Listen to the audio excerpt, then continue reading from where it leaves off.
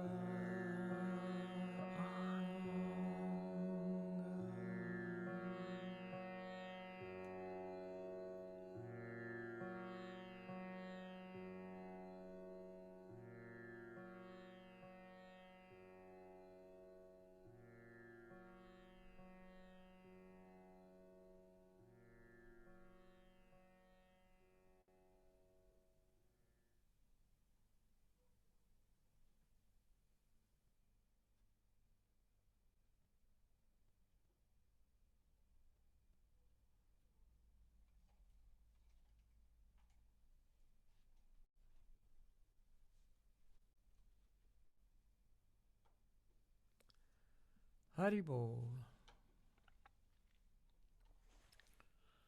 All right, so you can see very easy meditation to do. Of course, very relaxing and very spiritually benefiting. See, that's the idea.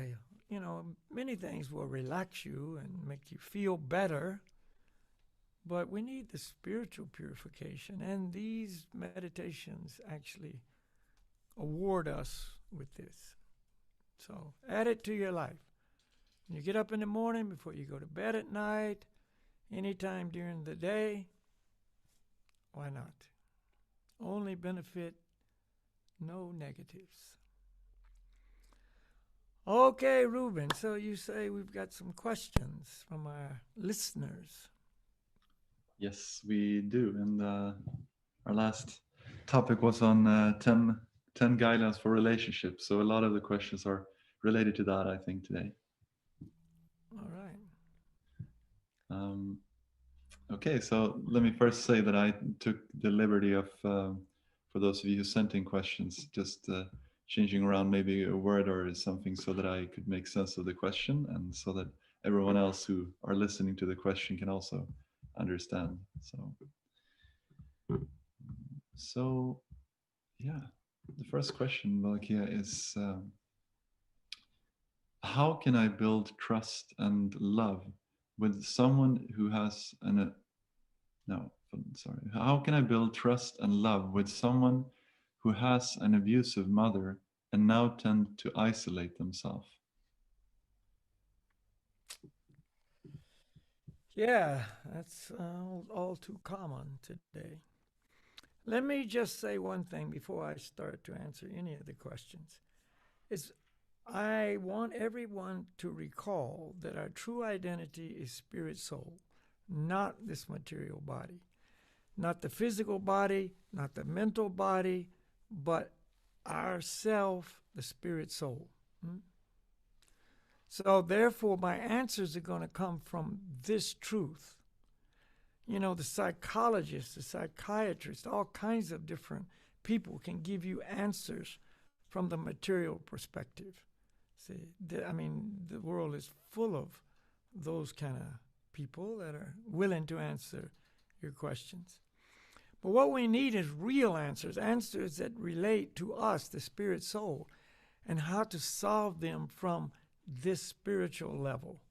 See, because just readjusting our thinking, readjusting our outlook, you know, don't see it like this, but see it like that, etc., you know, this just doesn't really work. It's not the real solution. It may help temporarily. It may help for the rest of this lifetime. But we take another birth and another body, and we're still in the same place, really, just identifying with the body and the mind and trying to, you know, find happiness in life and a good situation by material manipulation, you know, changing, you know, who I'm relating to, for instance, you know. And maybe it works, like I say, temporarily. But what we need to do is find a real solution that is not affected by the birth of the body, the death of the body, and all the comings and goings and up and down fluctuations of the material world. Now you've got a solution, you see. So bear that in mind as I, you know, respond to these questions.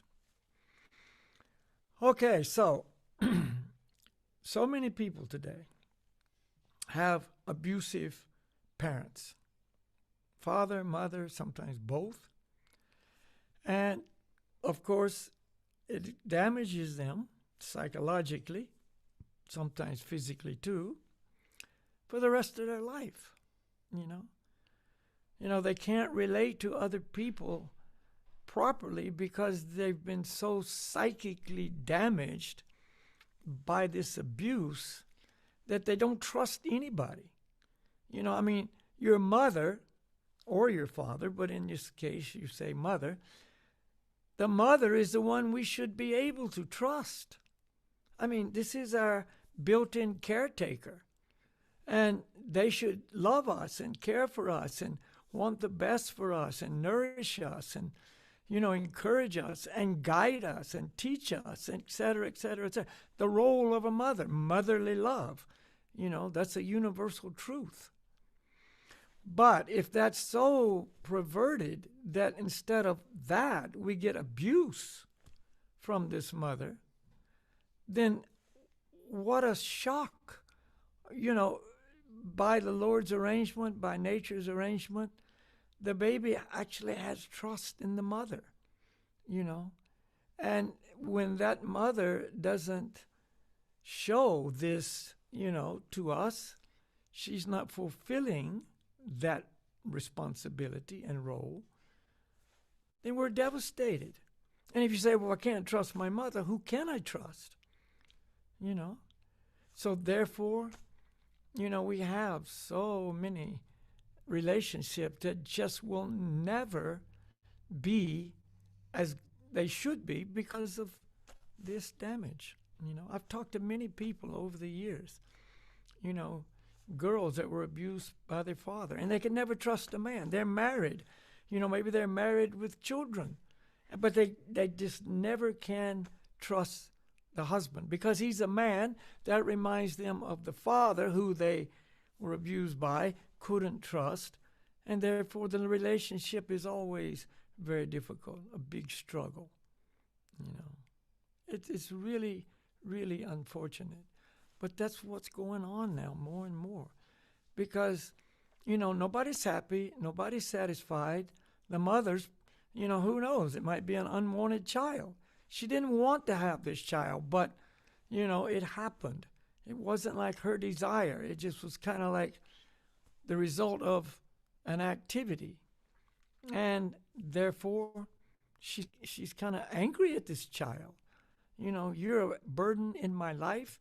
You've robbed me of my freedom. There's so many things I wanted to do that I couldn't do because of you, et cetera, et cetera. So there's actually, instead of love toward the child, anger toward the child, resentment toward the child, And so therefore, how can there be anything normal here? How can there be anything, that's going to nourish the child? So anyway, all that being said, this has occurred in this case, it seems. And this is why this person can't trust you or anybody else. She can't give her heart. She can't give herself, because, why should she? She's on the defensive, and so many times they just isolate themselves, I'd rather have no relationship than these relationships that they're just so precarious and so dangerous and so fearful and, so much a struggle for me. So better have no relationship. So in answer to your question, number one, you have to be as kind and as gentle as possible. Recognize the damage that's been done. Not that you can necessarily change that, but understand that and just try to present another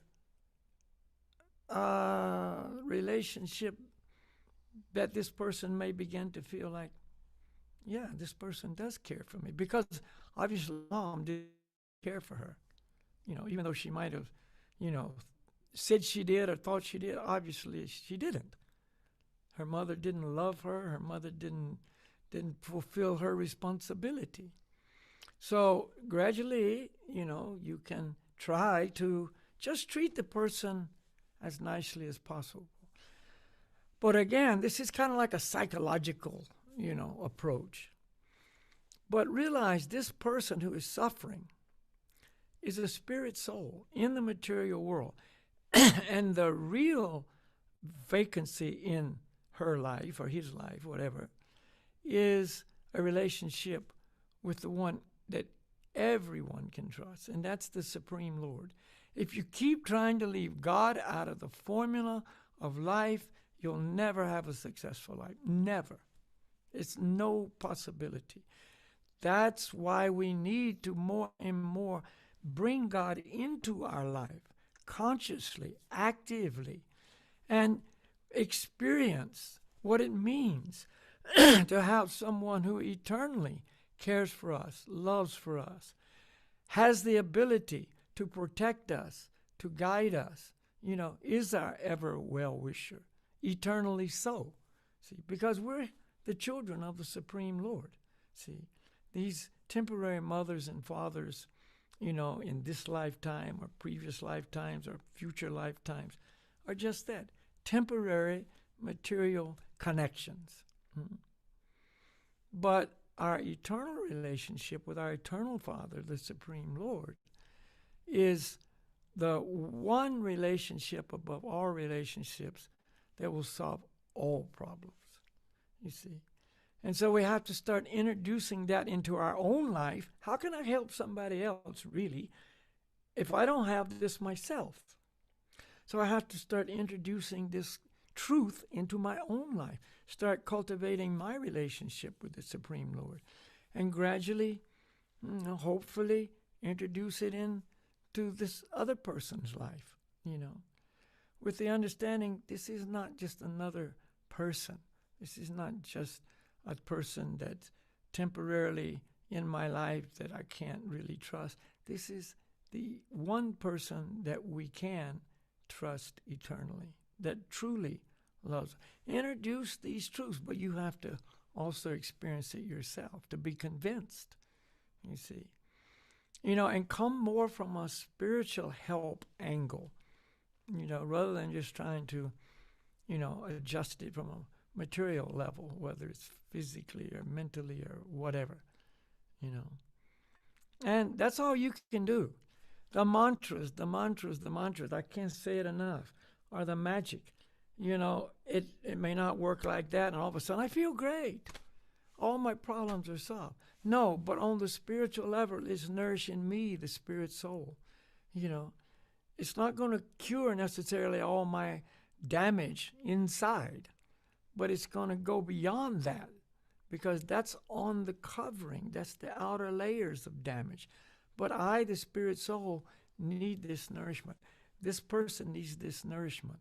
And if you can begin to introduce this transcendental sound, these meditations, into your life, and also, as I say, try to pass it on, then this is the best thing you can possibly do, And you may not see immediate results. You may not see any results externally, but it's working, you see. When we see it, we don't see it, we feel it, we don't feel it, it's still working.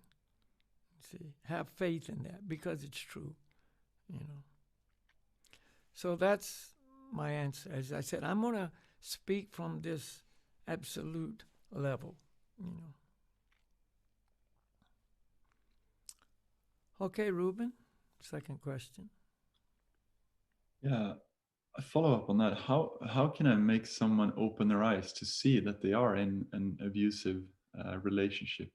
This person says they put the blame on themselves for not standing up for themselves when their partner abused them, instead of putting blame on the person that did the abuse. Yeah, like I say, the world is so out of sync, out of harmony with how it should be. We've got so many variations of these same issues, So this is, there's two sides of this coin of self. One side of the coin is I'm great, I'm wonderful, I'm the best, nobody's equal to me, etc. You turn that same coin over and I'm the worst. It's all my fault. No matter what happens to me, I deserve it, So people can take advantage of that 100%. This abusive relationship. Why do you need this relationship? Because of attachment usually, or it's some false security. Oh, but if at least I have somebody, and if I don't have this person, I'm so unworthy of anything that I probably never have another relationship. So, better an abusive relationship than no relationship, because it's our nature to have a loving relationship. See, we're not islands in the sky. We need relationships. We need companionship. We need to be able to relate because that is eternally true. We need this eternal relationship with the Supreme Lord.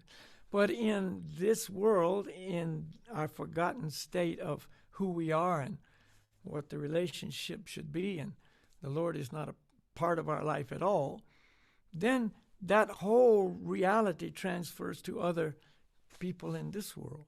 So I need this person. And even though they abuse me, you know, and there's no happiness here. I mean, how much happiness is there in an abusive relationship? It's all pain and suffering and anxiety and fear and frustration.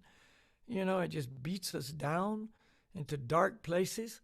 But still, it's better than nothing, some people think. I don't agree with that. But some people actually have that kind of a feeling. So rather than blame the other person, see, you blame yourself. Oh, it's my fault. Maybe some of it is, but that doesn't give the other person an excuse to abuse you. You're not perfect, but they're not perfect either. Nobody's perfect. We all have our faults. And a relationship should be based on something much deeper, as I said in the relationship lecture, on our spiritual journey that we have chosen to travel together, toward perfection, where all perfection ends in a loving relationship with the Supreme Lord. And you go there together, So if you're in a relationship with a hedonistic, self-serving, lust-filled, non-caring person, what can you expect? And if you're like that yourself, like attracts like. It's no good. We as individuals need to change our lives, and I've explained every lecture I've given, basically, the concept of how to do that. And then I don't need this person because I've got a real relationship. I don't need you. I don't need you. I don't need anybody. If, by, divine arrangement, I happen to contact someone and everything clicks and we can share, a lot of things physically and mentally and psychologically, all centered around our spiritual common ground. Great, But don't have a relationship just to have a relationship because that's all I know. What do you gain from that? Nothing but hell. So, we need to open our eyes, but open our eyes with knowledge. How can I make someone see? You can't make someone see. They need to be given vision, you see, with transcendental knowledge. I'm spirit soul. I'm not this material body. This world is not my home. These people are under illusion just like I am. I need to wake up. I need to come out of this. I need to actually start my spiritual journey. And sometimes it takes being beaten down to the lowest level, before I start going, wait a minute. I'm not going to go through this again and again. There's got to be a better direction in life. I'm not going to just keep chewing the chewed, as they say in the Vedas. So, at that time, the Supreme Lord knows us because he's in our heart. He knows our situation. He knows our conclusion. I'm going in a different direction. See? And then he begins to arrange it so I can actually find, guidance in that direction. I have inspiration from within. I have determination from within, you see. And I meet, help along the way in the form of other people, knowledge in scriptures, true spiritual guides, occurrences in my life that kind of make me see more and more, what I didn't see before, et cetera, et cetera. This is what has to happen, you know. So, you know, you can talk to people all you want to, but until you actually give them some spiritual truth, some spiritual platform to stand on, then even if it helps, it's just temporary. And it doesn't really change anything. See, what we need is change, but change of heart. You see, change of mind, change of vision, change of direction. That's what we need. And that, and only that, is going to bring about a desirable result. So again, just like I say at the end of every question, mantras. Begin to chant the mantras. Chant them sincerely. Chant them regularly. You know, see them as your life buoy. You know, see them as your ship in the storm. You know, the port where you can go into and find shelter. You know, there is actual help here. You know, so whether it's an abusive relationship, you know, or abusive mother, or you know, a COVID, you know, scare in the world, it's paralyzing people, you know, like freezing people, mentally, spiritually, filling people with fear, etc., etc. The world is that kind of place, and especially more and more so. You need some place that's going to give you shelter from all of this. Start with the mantras. Start with the mantras. And then gradually hear this teaching more and more and more. You know, little bit at a time. This is not something you can do overnight.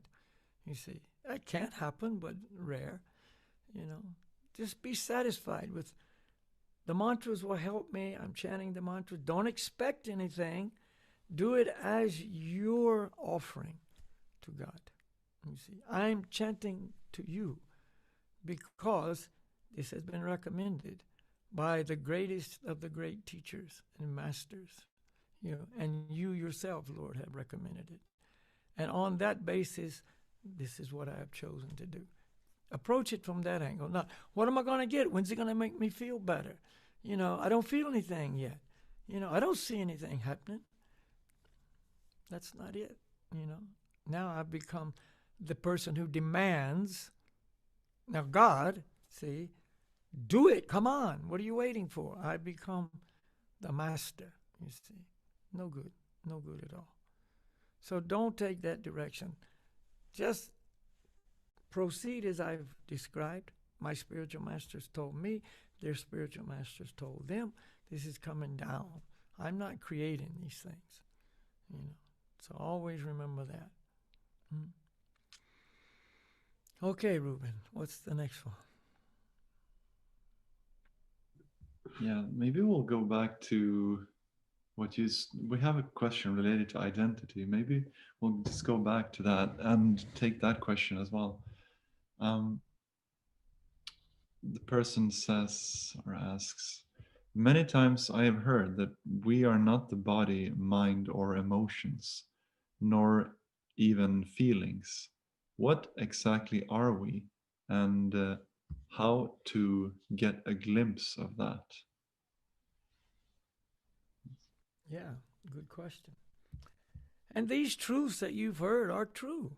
We're not the body. We're not the mind. We're not the feelings. We're not our emotions. We are spirit, soul. This is who we are. This is the life inside the body. Now, the body's getting old, constantly changing, you know, et cetera, et cetera. But we're not. We're not changing. The soul is changeless. But when we identify with the body, and there's two bodies, the physical body and the mental body, see, which is the mind. When we identify with that, you know, then we're caught up in the changing material world, always changing. The body's changing, the mind's changing. You know, that's a common phrase. I changed my mind, meaning another desire came that overrode the last desire. I was going to go, you know, on a hike today because my desire was, my mind said, oh, it was a nice day to go for a hike. You know, so I'm going to go for a hike, but then another desire comes in. Oh, but my friend just called and I'm going to see them. That's a desire that's stronger than the other desire. But neither one of them is me. See, the spirit soul is not making that choice. It's influenced by those choices and going along with those choices. And this continues on and on and on, day in and day out, throughout lifetimes and lifetimes and lifetimes. You know, I, the spirit soul, am not void, and I am not a non person. I am an eternal person. And on the spiritual level, there are also desires. You know, does a dead body have desires? No. So the desires actually come from the soul, see. But when those desires are filtered through the material contamination, then they come out material desires. Because the ultimate reality is my desire, which fuels all of our activities and offshoot desires, is I want to be happy. I want to be satisfied. I want to be loved. And I want to have somebody I can love. And I want somebody I can trust. And I want somebody, that fulfills me. That's the desire of the soul. That is eternal. It is always going to be there. So these yoga teachings that say we are not really a person and that all these desires are maya or illusion, you see, doesn't understand the highest level of spiritual truth, you see. We have desires, but we also are contaminated. So when those desires to be happy come through our contaminated, illusion of I'm the body and I'm the mind and this world is my home, and I'm the enjoyer and on it goes, then they come out as material desires. And the emotion that fuels these material desires is lust. And lust is the perverted reflection of love. See? Just as love fuels pure emotions, I want to serve the Supreme Lord. I want to please the Supreme Lord. I want to make the Lord, happy. I am serving His, pleasure, etc. See, that's love. I'm not expecting anything back. My reward is being allowed to do this and, hopefully being successful in seeing my Lord, accepting my offering and being, pleased with it. That's the reward. Not like, okay, what I get. That is what you get. And that's ultimately perfection. That's the highest level, see. But we don't have that purity. And we don't even know these things. So therefore, I'm always operating on this contaminated material platform, which is, I said, fueled by lust. And lust is a perverted reflection of love. This is the ultimate driving force behind everything we do. Lust is, I want to receive. And, maybe in the mode of goodness, I'm wanting to help other people. I want to give. But I'm also expecting something back. Either now somebody praises me, somebody, rewards me in some way, or I get rewards in heaven. I'm a good person, I'll get rewards in heaven later, So it's still contaminated, it's still not pure. So anyway, this is who I really am, spirit, soul, and my position is subordinate to the Lord, and my function is to please the Lord with my life. You see, that's who I am. So when we say you're not your desires, you're not these materially contaminated desires. See, a lot of people think their desires are themselves, and if I feel a certain way, that's who I am. We have whole classes of people, identifying with certain, created identities based on their desires. I am this. And another person says, well, I am this. Another person. Why? Because I feel like that. Another person feels like this. Another person feels like that. You see, this is not who we truly are, and that's why they never fully satisfy us. And these identities are temporary. They're completely temporary. So when I have to leave my body, I leave behind that identity. See, when you were born in this lifetime, think about this. You were born in this lifetime in a baby body. Who did you think you were from your last life? Maybe you were some big emperor. Maybe you were some famous somebody or whatever you were. You see, and you thought, well, I am this.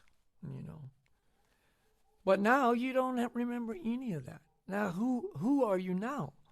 You see, all that's gone, and now you're just somebody who can't walk, can't talk, filled with all kind of pains and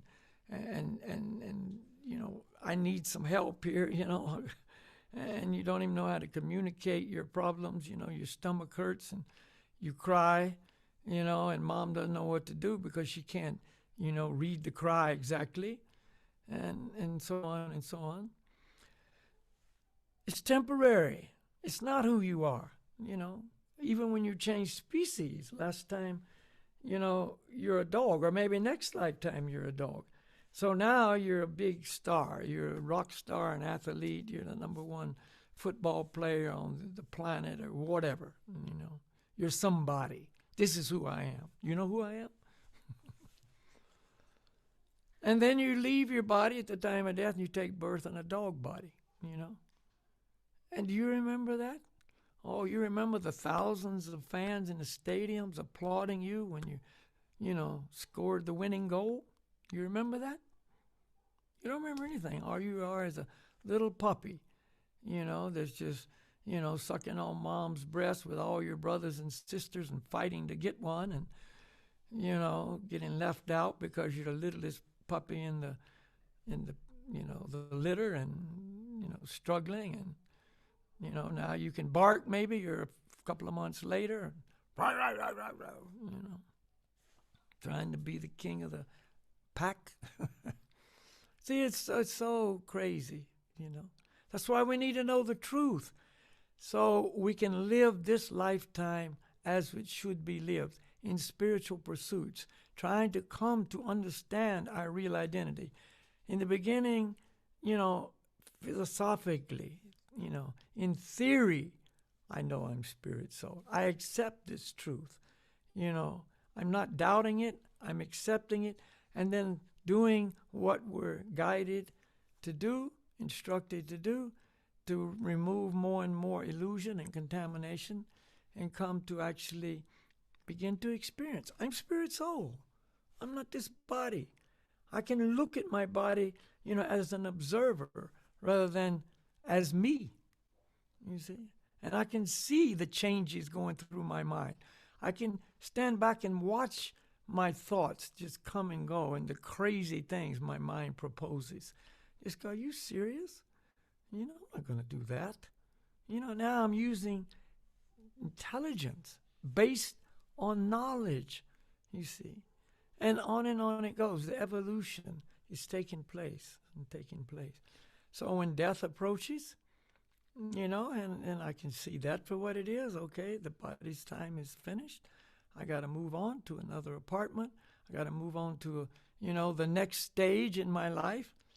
And if I've done what I should have done and cultivated this knowledge and this relationship, I'm going to be well set and I'm well prepared and I know what to do in life now and at the time of leaving the body to assure that I will go to a much better future and maybe all the way back to the spiritual world.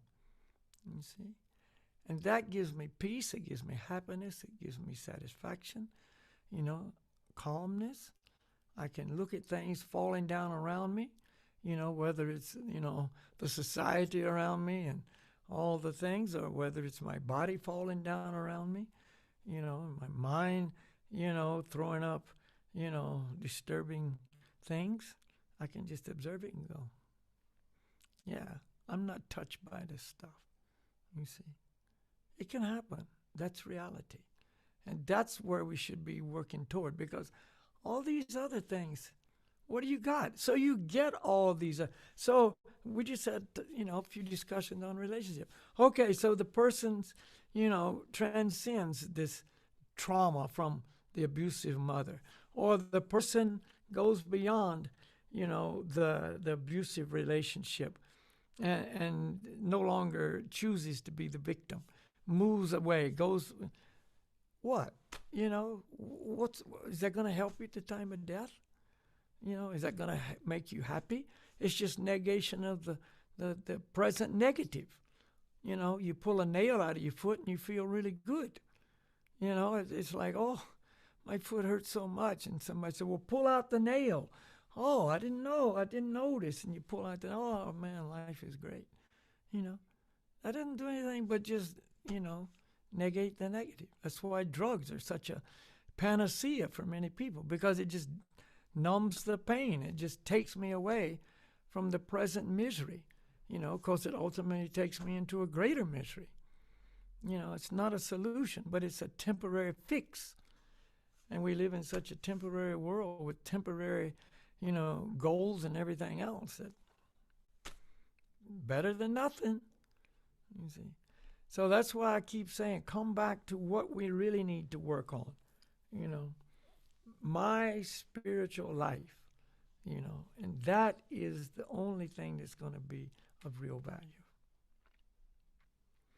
Okay, Reuben, time is flying. Maybe we got time for one more.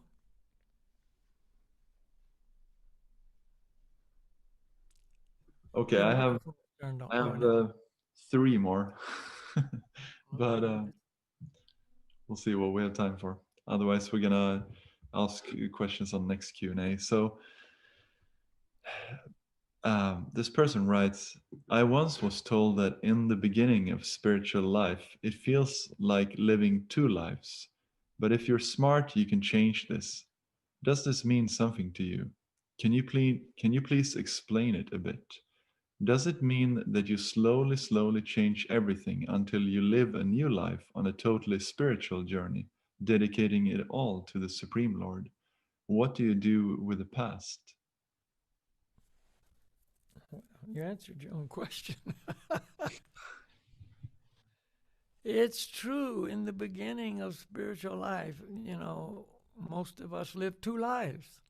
You're still trying to maintain your material life and your relationships and, your sources of pleasure and, your status quo and whatever, But at the same time, you're trying to live a spiritual life.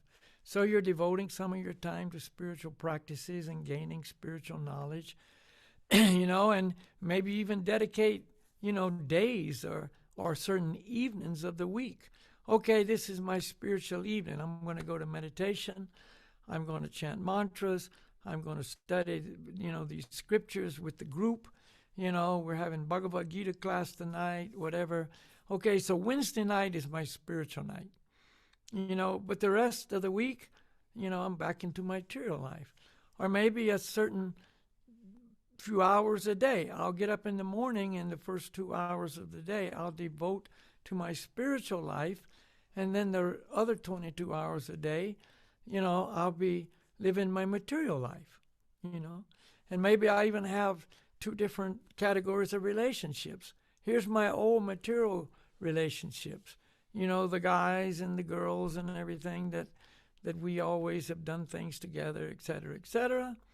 And then I have my new friends. I've got my spiritual friends, the guys that I meet on Wednesday night, and we talk about spiritual subject matter and we chant together. So now I got even 2 sets of friends, and, it can be definitely, like that, 2 lives. But hopefully, gradually, I'll see the spiritual life is superior to the material life. My spiritual friends have more to offer me, see, what's good for me, than my material friends who just want to go out with me to go out with them and drink and take drugs and, have parties and do things which aren't good for either the body, the mind, or anything else. You see, and yeah, it's temporary fun and some sensual craziness, but I'm beginning to see that's not the direction I want to go in. That's not, taking me where I want to go. See, so I start gradually moving away from all of that and moving towards. So now the balance is changing. 22 hours of material and 2 hours of spiritual starts being replaced with maybe 12 and 12, and then more and more. See, gradually, I'm spending more and more time in my spiritual pursuits, and I just don't have time for all these things that I used to dedicate my life to. I just don't have time anymore. And I see my old friends, I still like them. They're still my friends, but, we're kind of moving apart in interest, and we're kind of living in different worlds now. And they don't have the same viewpoints that I have anymore. And, the things they want to do aren't attractive for me. And, they're still nice guys, and how you doing? And thank you. And, but, I got something else to do. And gradually it just transverses to, yeah, like you said in your closing sentence, I'm just finding, all my time is taken up in my new life, my spiritual life, and it's so much deeper, and it may not be the raw sensual stimulation that I used to be addicted to, but it's deep, it's real, it's in my heart, it's solid, it's fulfilling, and it's not, the up and down, you know, crashes, highs and lows, and so on. It's real, and you more and more appreciate that. And the past is the past. Don't worry about it. We've all got our past. And what about all the past lives? You don't even remember those. So gradually, even though you'll remember your past, it's the past. It was like that. Now it's not. It was those times. Now it's a different time. You see, this was important. Now it's not important.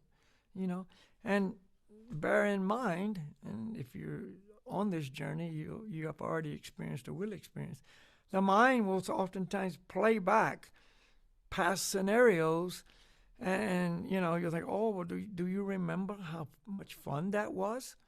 Do you remember how great it was, and we did this and we did that and so on like that? But you're now looking at it and wait a minute, that's not what I want to do now. It was good then. Yeah, I liked it.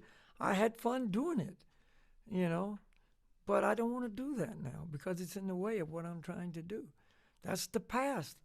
I'm not that person anymore. I'm a different person, consciously speaking. And so gradually you progress in this way, Okay. Okay, yeah. So you have time for more? Yeah, we do. Great. So this person writes, those very humbling moments where you realize what a total idiot you are, so covered by ego. What are you supposed to do with them? I guess they are good because they help you. But do they need to come more often? Do you need to deal with what is making you feel that way? Change it. How can you hold on to that humble feeling, but not self pity over it? If it happened in the past, then what? Beg for forgiveness, change, and move forward? Well, always be ready to ask forgiveness. That's one tenet of spiritual life that is mandatory. We've all made many mistakes and we will continue to make mistakes, but we must ask forgiveness. See, it's the false ego, it's the arrogance that makes it so we just can't ask for forgiveness. Even though we know we're wrong, we're so arrogant that we just can't say, I was wrong. Please forgive me. I'm sorry. I maybe we even hurt another person, maybe quite severely, and we even may feel sorry about that, but we just can't bring ourselves to admit I'm wrong. See, this is so destructive for us and other people. So, you know, we got to do something that removes this arrogance, removes this false pride, this proudness, and trying to maintain an image, of I am right always, or even when I'm wrong, I'm right. I wasn't that wrong. I mean, yeah, it wasn't quite, as good as it could be, but it wasn't that bad. All this trying to prop ourselves up. We got to go beyond that. But we can't do it mentally. See, everybody tries to, even if you start realizing these things, you're starting to see it, which obviously you are. We're trying to solve it mentally. We're trying to just readjust, our thinking. What we need to do is take away the root of the problem. And this is false ego. This is, resulting arrogance from this false ego and all of these things that are in the way of our true happiness and true satisfaction. See, we have to do something that cleanses us, cleanses the heart, cleanses the mind. And what is that? Of course, mantras. The Bhakti Yoga process is the process, if followed, will actually remove all these diseases, really. Diseases of the mind, diseases of the heart, the ugliness, the darkness, the evilness that is lurking inside us, It removes that. It purifies us of that. It's like some, person's got cancer, and everybody with cancer is looking for a miracle cure. Is it the next latest chemo, or is it some natural cure that some guy just figured out? Is it intravenous vitamin C? Whatever. But what they're looking for is a cure, a miracle cure, you see, that kills the cancer, which is the problem. So what we need is something that kills the arrogance, the false ego, the false pride, the false prestige, etc. And that is the mantras, transcendental sound. Chant the mantras. Don't just sit around thinking about the problems and how you're going to solve them and readjust your mind, and even if you can become a little humble in these moments and ask forgiveness, the next moment you're back on your arrogant platform, you see. No, have faith that there is a solution. It's given by the Supreme Lord. Bhakti Yoga is the system given to us in human bodies in the material world to solve these problems, these and every other one, And so therefore we have to chant the mantras regularly. And it's like I explained, a few moments ago. Not with demanding, the mantras to help me, cure me, purify me, make me humble, blah, blah, blah. The mantras are the Supreme Lord. You don't demand anything, from the Lord. The Lord is the master. We are the servant. You want to be humble, you got to be humble. Lord Gauranga, the latest incarnation of the Supreme Lord, said one should chant the holy names of the Lord in a humble state of mind. See, you must chant in a humble state of mind. That means don't expect anything in a subservient mood. You're not going to do that immediately, but you should know the goal. You should know what the recommended procedure is and try to move toward that. And don't be afraid to ask the Lord for help. Can you help me achieve what seems to me in my present condition to be unachievable?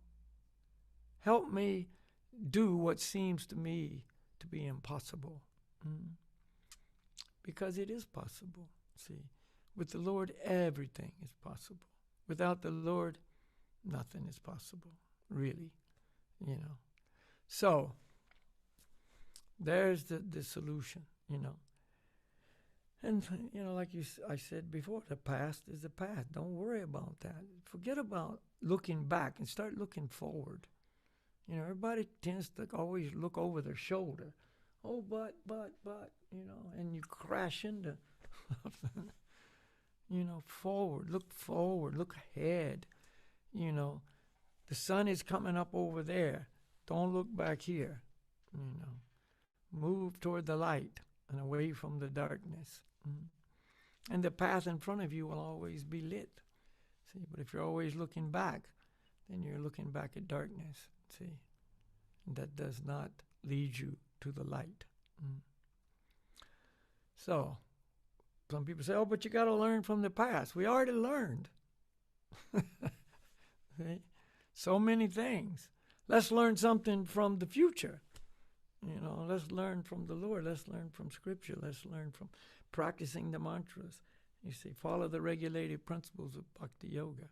See, let that be our source of learning. Okay, Ruben, I think that's about all we got time for. You said you got one more, but I don't. If it's a 2-minute question, I'll take it. It is one more short question that maybe I think you've covered, but maybe it would kind of summarize neatly what you have been speaking about. I mean, your answer. So, okay. How does yoga and meditation help after a breakup when you feel so bad that you just want to throw up your sorrow? Same thing,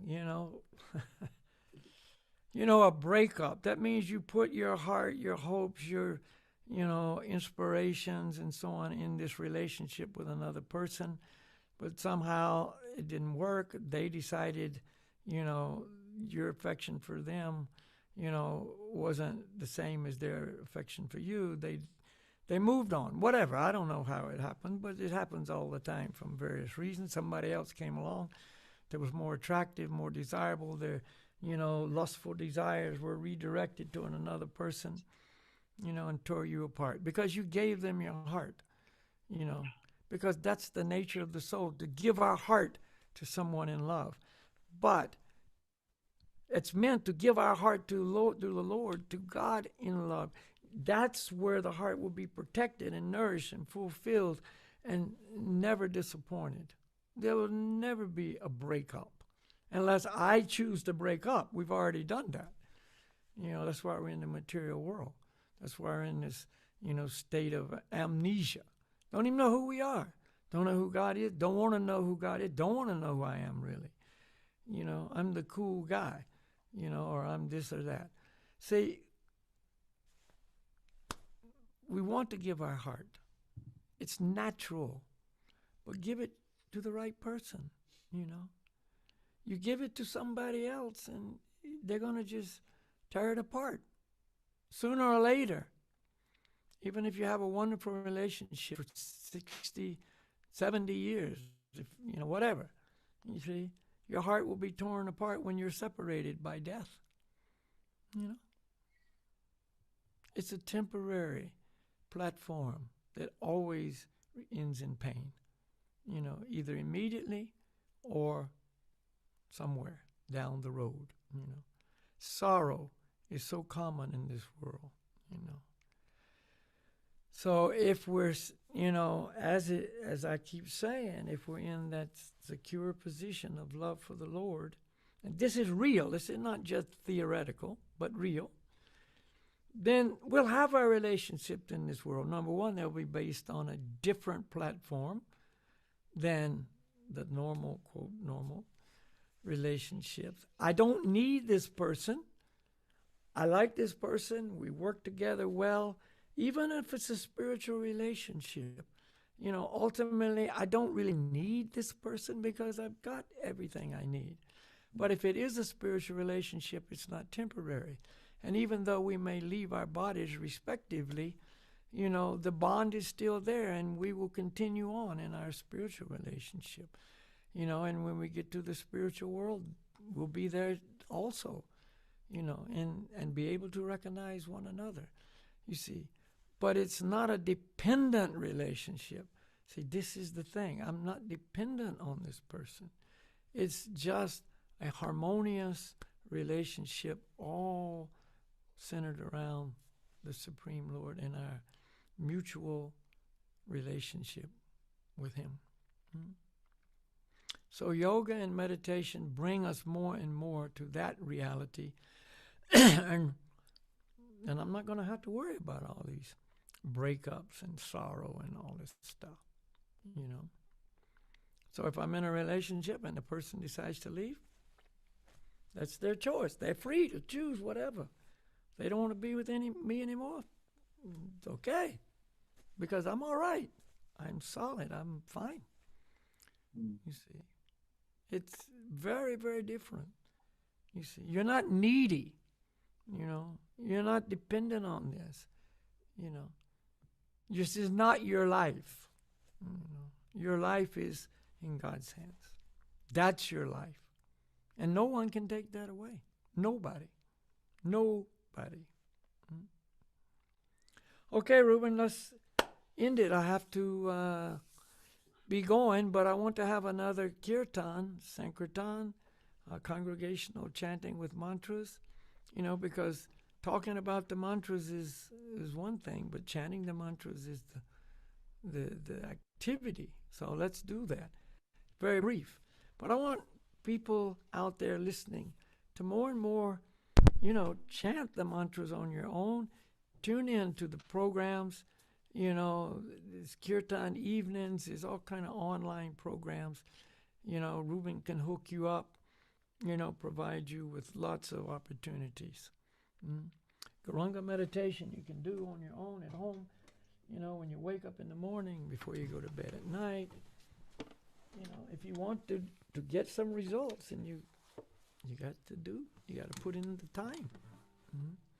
All right, the mantras go Ranga Haribo. I chant, you listen. Then my friends here at Chintamani chant, you chant with them.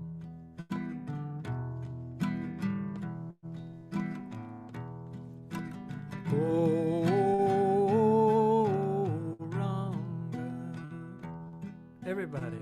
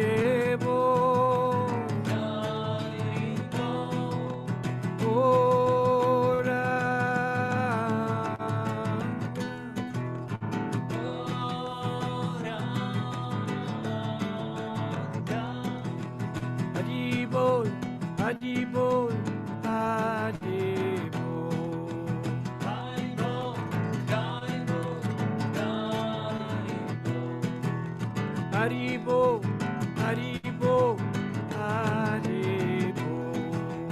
Haribo, Haribo, Haribo.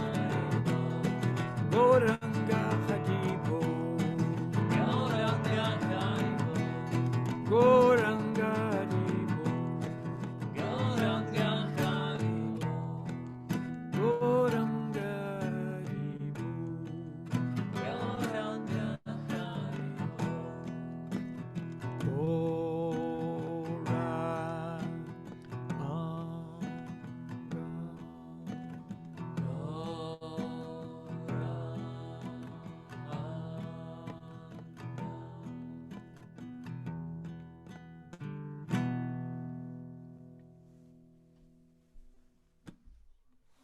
Haribo. Okay, so that is Sankirtan. If you've been with us, you know we've done this every evening before we end. So, yeah, this is our program. Thank you so much, Ruben. Thank you. Very good questions, very thoughtful questions. So, Yeah. you know, that's how it starts. It begins by thinking. You start thinking about these things, you know, and I've said many times, when you start thinking in this way, the Lord will provide you with some answers. You see? And if you're receptive and you take that and move forward, then that's great. That's the idea. Chant the mantras. That's all number one, always. Mm. Okay, Ruben, once again, thank you so much. Thank you, everybody. We thank our Chintamani crew for their participation. And we'll be back next week. Yeah. Thank you so much, Balakhilya. I cannot express how much we appreciate it. And I know everyone out there they appreciate it so much as well. So thank you for setting off some time for this. Thank you, Ruben, for your kindness. Haribo, Hari. Harimo. Namaste. All right. So I'll see you next week. For the round table. Yeah. Next Yeah. week will be yeah, yoga sound no. Mantra Sunday. Yeah, new name. Mantra Sunday. Yeah, That's their new name. So next Sunday, join us and you know, enjoy a session of kirtan, relaxation, Garanga breathing with Balakhilya. So this will be a very nice time for immersing into the mantra sounds. Okay. See you Mantra Sunday. Mantra Sunday next Sunday. Thank you everyone and thank you so much, Balakhilya. Namaste. Namaste, Haribo. Haribo.